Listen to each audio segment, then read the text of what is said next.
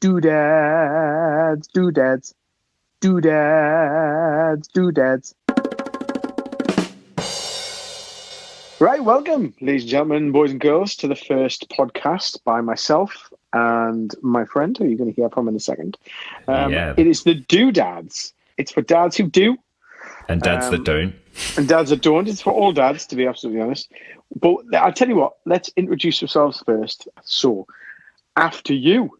Go for it. After me. All right. After you. I'm being a gentleman. Yes, you are a gentleman, Dave. Thank you. Oh, you've introduced me now, Jason. No. Anyway, go for it. Yeah, that was my plan all along. I'm Jason.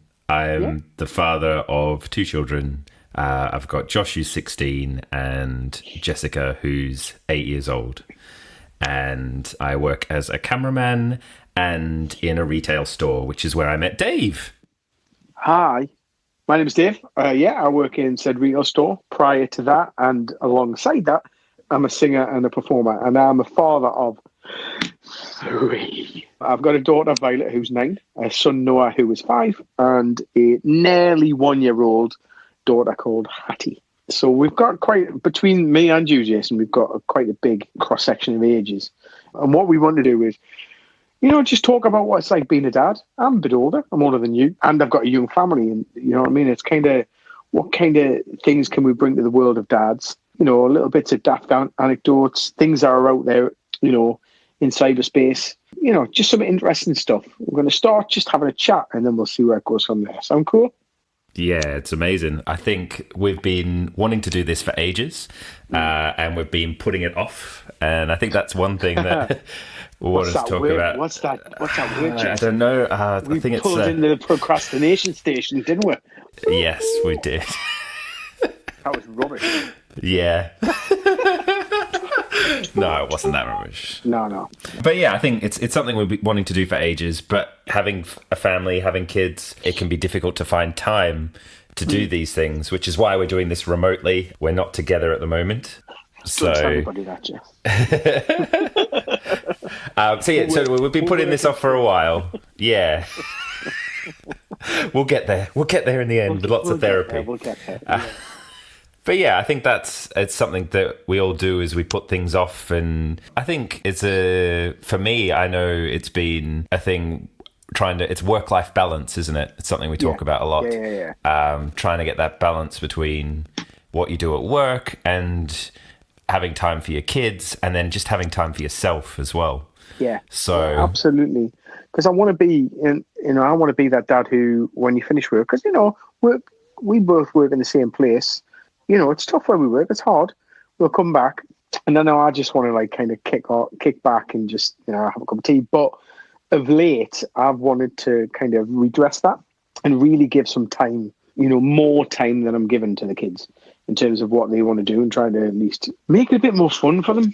Because, I was thinking back to my childhood and what the kind of stuff I did, what my dad was like. And, I've got an amazing relationship with my dad, but I didn't do half the things I suppose that I want to do with the kids. So that's where I'm kind of coming from in it. That's interesting. Yeah. So what sort of things have you been sort of making a conscious effort to do? Well, I'm a singer, yeah. And I haven't really been doing anything for myself. But my daughter wants to sing. She hadn't really heard me sing until she's 9 now. So she hadn't really heard me sing until she was 6. And that was on a holiday doing a karaoke on a holiday. And then from that point, she's wanted to learn how to do it. But I've been kind of putting it off. I don't know for whatever reason, but I'm really going to make a conscious effort to try and do that kind of singing thing. And very similar to what you do, she wants to be a YouTuber, which every single kid in the world now wants to be. And, it's become a thing. It's a job. It's an aspiration, which, I suppose between me and you, we'll encourage other dads, hopefully out there, and show them maybe how to do that and little bits of tips and tricks. And how to keep your kids safe online and all those kind of things. Definitely something we'll delve into. Yeah, so my daughter Jess has her own YouTube channel. It's Jessica's World. If you want to check out, we'll put a link in the description. But I'm a cameraman outside of my retail work, and I film mainly sporting kind of things, but I do some other sort of commercial, corporate, community things. And so, that really helps in terms of helping my daughter want to become a YouTube star. And my wife's been helping out on the social media side of things, and we've been growing her Instagrams. It's a good way to spend time together and do something that she is passionate about. See, in terms of what we do now, and I'm going to be learning from you, because I'm doing that for myself, but only from mine's more of a cathartic kind of, I want to get back into singing, because I had a fairly successful career as a performer. I think you're downplaying it there. You're going to tell the people no, your hit backstory. No, that we'll leave that for another episode, eh? It's up to you. No, we will. No, that's a good idea, but we'll talk about that when I start growing it.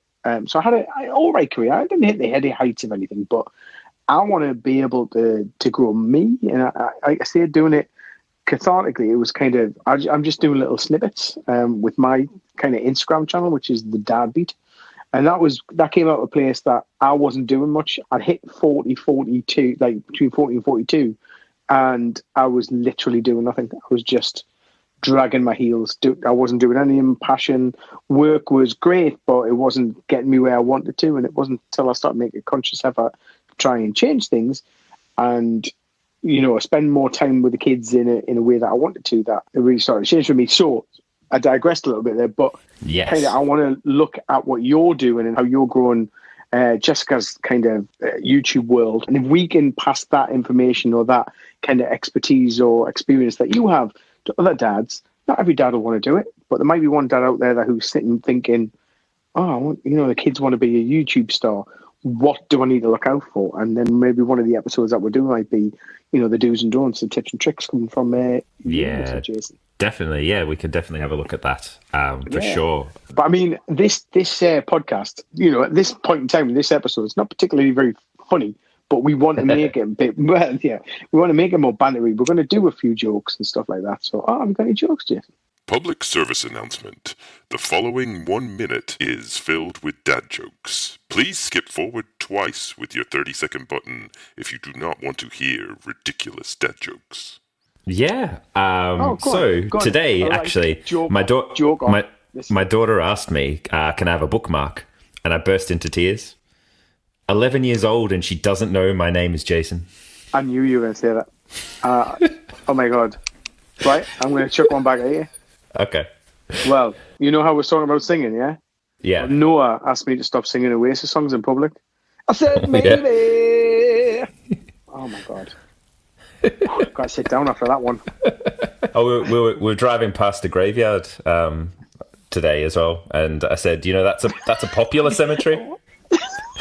And I said, people are dying to get in there. Oh dear me! I've got a feeling this is going to go on. Why did the Scarecrow win an award? I don't know. Why did the Scarecrow win an award? Because he was outstanding in his field. All right, I think that's enough puns for now. Oh my God, I love it. You know what I'm like. You know what I'm like at work. This is my kind of level. But this is it. But with that in mind, episode 1, if anybody's listening, if they're still listening now, like we went past the serious still part. Listening now. Send your dad jokes in. If you've got any things that you want to, want me to talk about, or you've got any interesting like dad anecdotes. Dadecdotes, does that work? Dadecdotes? Maybe. I don't know. Yeah. Dadecdotes. So we want to start getting that conversation going. There will be some deep and meaningful conversations at some point. We'll go to certain places, maybe entertainment with mental health and awareness and all that sort of stuff. That might be, for another episode. But we want to try and keep things as light-hearted as we can. So let's do a little bit more of the introductions, Jason, because you sound like you're a little bit southern, Yeah. So you want to go through that? How did I end up in the United Kingdom? Is that what you want to know? In the northeast of England? Was it a little raft and a paddle? I was told that I had to go back to the mother country. Us convicts have to make our way back. Yeah. Oh, we're going that way. We're going that way. No, we're not going. So, the story of my eventual landing here in England, I met my wife on Facebook, which is an odd thing to do, but it was an app within Facebook, and we met on there. Did you swipe right? No, so it wasn't a dating app. Oh, right. It was an interesting way of, it was like a social media network within a social media network. A bit like a sort of an Inception kind of thing. And it wasn't about dating or particular things like that. Although we found out subsequently that other people have sort of met and gone on to have relationships through that same app. And yeah, so we spoke on the phone every day for a year. We got to the point in our relationship where we're like, are we going to keep going? Are we kidding ourselves? Is this going to work? I mean, I was in Melbourne, Australia. My wife was in Darlington, England. So almost polar opposite places in the world. You can't get much further, maybe Greenland or something like that. So I decided, you know what? I'm going to book a flight. I booked it that day and flew out to England. I was in London for 28 hours. It was less time than the flights were back and forth, because it takes about 24 hours to get to and back. And I made the mistake of telling customs that I was meeting someone I met on the internet. Right. I wasn't particularly well shaven and I had long hair. Right. They pulled us into the interview. I looked like your classic Aussie surfer dude with the really long hair, sun bleached, you know, other than not being clean shaven and particularly buff. So our first date, meeting in person, was being questioned by customs on our online relationship. I think the minimum stay is like 3 days. So I was below that. I think maybe they thought I was a drug dealer or maybe a serial killer. I don't know, one of these. Well, just to let everybody know out there, listen, he's neither of them two. As far as you know. There's no evidence.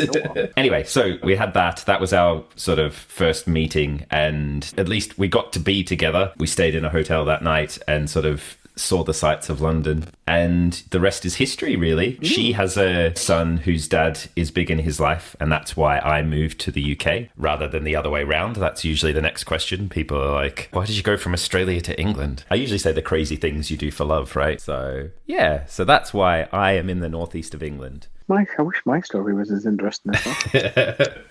Yeah, I met my wife in the middle of the Atlantic Ocean. We both washed up on a desert island. No, it was the middle of the Atlantic Ocean, working on the Oriana. She was a beauty therapist, and I was part of the theatre company on there. I walked in the crew bar, spotted her, went, I'm going to marry her. Took us a little bit of while to kind of, you know, convince her to go out with us. And then that was it. We were there ever since. How long did it take from first sight to getting married? Very good question. So that was in 2007, and we got married in 2012. Not bad. So not bad. 5 years, 4 or 5 years. We'd had Violet in the middle of that 5 years. Yeah. So she was at the wedding. And then, she's originally, well, her dad was in the army, so she travelled around a bit, but they settled in Oxford. So she's not from the northeast either.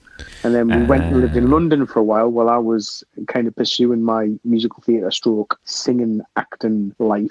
And then we moved back up here for childcare because my parents are retired, so it was easier that way. And then her parents are now moving up here, so we're all going to be in the northeast. So yeah. Is that happening soon then? They'll be moving up in January, I believe. It should all be sorted, which means we'll be able to go out. Yeah. And record more podcasts as well, absolutely, of course. Absolutely. But yes, that are the other things more important. Getting out, having time for yourself, having time with your partner. That's really important, yeah. That's a tough thing for us. So my mum, like all my family is in Australia. I don't have any sort of close family here. And that can be really difficult, not having that support network. Obviously, we've got Joe's side of the family, Joe, my wife. But yeah, so it can be a tough thing when you don't have that sort of support to have nights out or things like that, because there's only so much you can ask a small, like Joe has quite a small family, so don't want to keep putting that burden on them. But going back to our social media side of things, the brilliance of things like FaceTime and Skype. We speak to my mum generally once a week, usually on a Sunday morning. And that has made for a close connection between my mum and Jess. It's really good for them to be able to have that sort of time together. It's weird because it's not the same as being in person.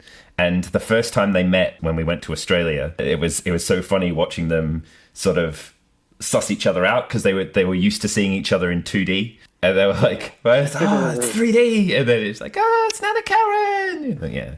So, yeah, it was a very heartwarming moment. It sounds like it's a nice little dynamic. You've got like an unusual dynamic going around with like distance and stuff and families. And we've got it to a lesser extent, but it seems very similar. Right. So next segment. So we'll kind of talk about some other stuff. So how about, have you been scouring the news lately? What did the Super Doodad do this week? Super Doodad do.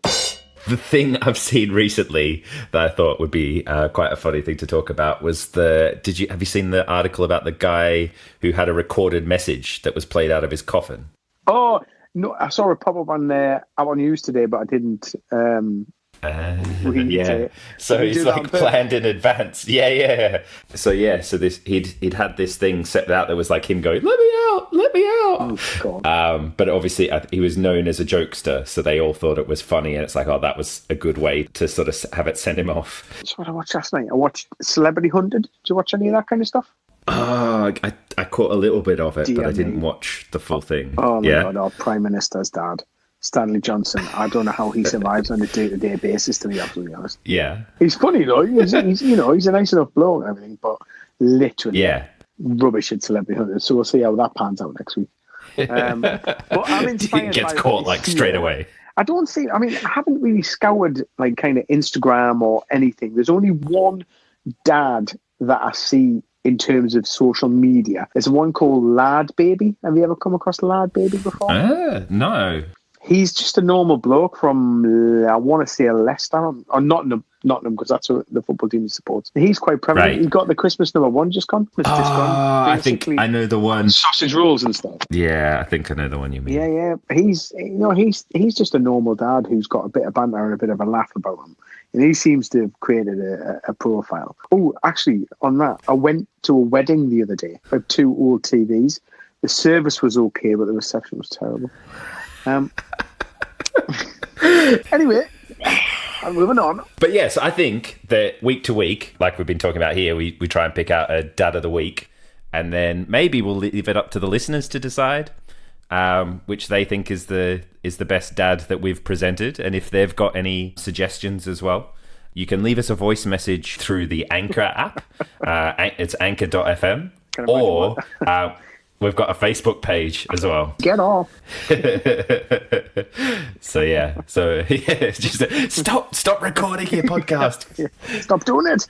Stop it. I think as well, we're looking at getting some guests on each week. Yeah, absolutely. That'll be interesting to do. Get some other dads in on the podcast. Be interesting to get their sort of take on things. And we've got some very good pun masters at our place of work, don't we? Yeah, exactly. What did Mr. T say to the vegetarian? I don't know. What did Mr. T say to the vegetarian? A pity to poo. Yeah, that was a good one. Come on, the impression was quite good. Yeah. Come on. Yeah, I like the impression. Do you know what is the least spoken language in the world? I don't know. Sign language. You what? Sign language. Oh, no. Oh. Anyway, we're going to be descending into this. This is going to be completely just a whole podcast on rubbish joke. What's brown and sticky? Brown and sticky. Yeah. Could it be a stick? Stick, yeah, it is. The best dad joke. So, anyway, speaking of dads, a friend of mine who's a dad, he posted on Facebook the other day, just want to say to all my adult male friends with kids, Dora the Explorer, 10 out of 10. So I'm assuming that he didn't meet Dora in person. He watched the new movie that's out, the live action interpretation of the classic kids TV show. I have asked him to elaborate further, but I haven't had any. No. But it had me thinking some movies that I've seen recently that might be good for fathers and their kids to go and see. So, with that in mind, is there anything you've seen recently that you would like to recommend to our loyal listeners of the first episode? From a dad, or we're talking about TV, or we're talking about film? Yeah, it doesn't have to be a movie. TV could work as well. Okay. I'll go down the movie route because we've seen that. Toy Story 4, saw that. Oh, yeah. Obviously, Disney. Yeah, I enjoyed that. Absolutely fantastic. I thought it wasn't as good as Toy Story 3. I thought Toy Story 3 was more of a tearjerker. Amy, my wife, sent us well, it's not really a funny video when you see your daughter visibly upset, but it was kind of funny. It's a lot funny, isn't it, really? Yeah. You're just trying to be kind. As her soul gets crushed. Yes. She's watching King Kong, the Jack Black one. When King Kong dies at the end, she was like, "Oh yeah." But it was more like, "This is the worst ending ever." We got that on video, so it's quite cool. And she just kind of going for heartbreaking moments. Yeah. It was kind of like she was visibly upset. It sounds like I'm a harsh dad because I'm laughing, but it was she watched it. You know what I mean? She did the same when she wanted to watch. We've all had those moments. Rampage as well. She had the same for that as well. Oh, wow. Ooh, I know, her nice. choice. I know. You know what I mean? I was like, are you sure? Well, she said yes, Dad, and she was opening a can of Fosters. Honestly, that's not true. I was just joking. She didn't drink any Fosters. It was Carlsberg. If we're going for tearjerkers, my daughter, it's not a new movie, but Big Hero 6. Oh, yeah. She won't watch it again. Because she loved the movie, but she doesn't want to watch it again, or at least wants to avoid the scene. Yeah, oh yeah.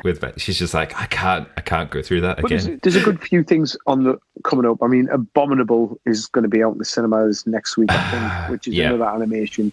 And then you got. Is it not out already? Possibly this week or next week. You'll have got Frozen 2 at the end of this year, so that'll be. I'll get dragged along, kicking and screaming. He says, I'll be the first one there.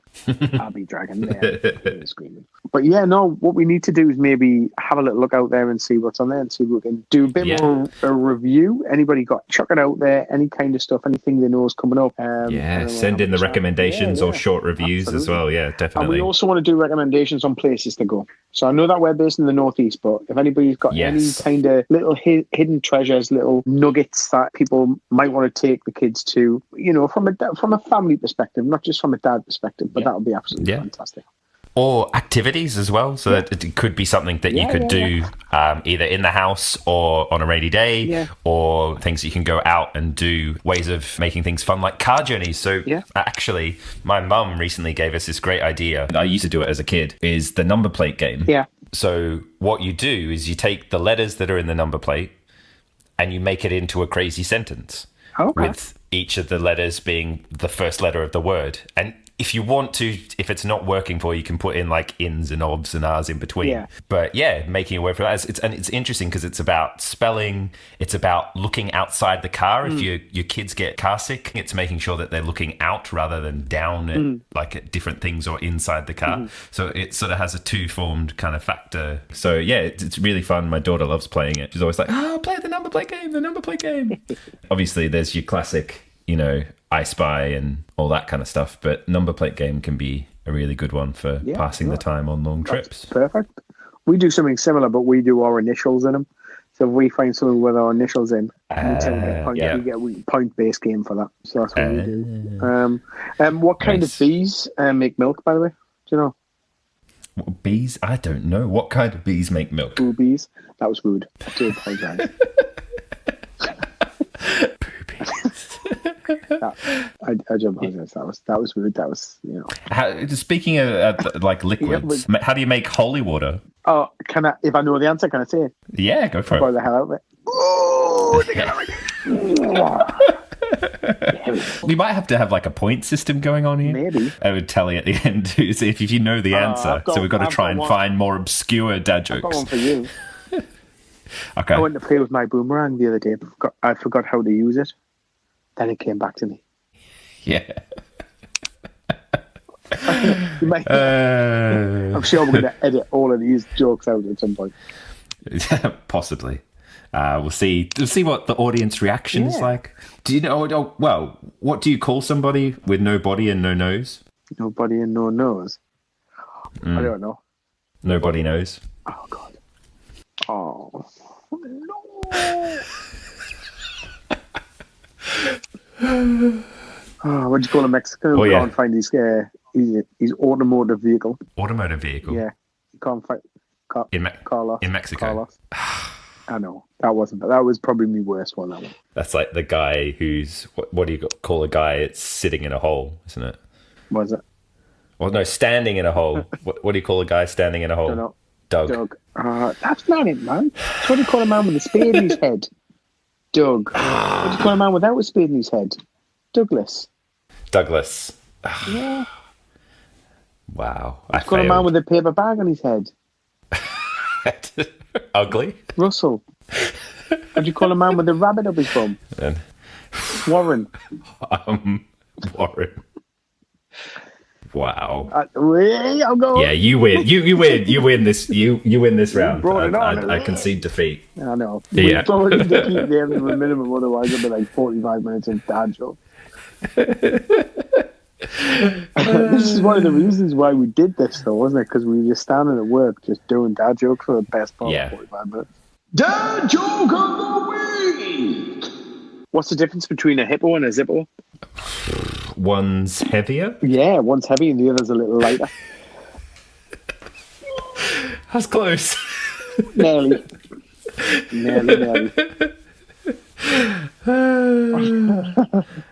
So that was the first kind of pilot episode of DoDads. Like I say, my name's David and you are? Jason. And we will, hopefully, you'll tune into the next episode. And it's just us signing off. So goodbye for now from me. And before you go, just one little doodad, little nugget of information. Go for it. Just remember, procrastination is like masturbation. Feels good while you're doing it, but in the end, you're just screwing yourself.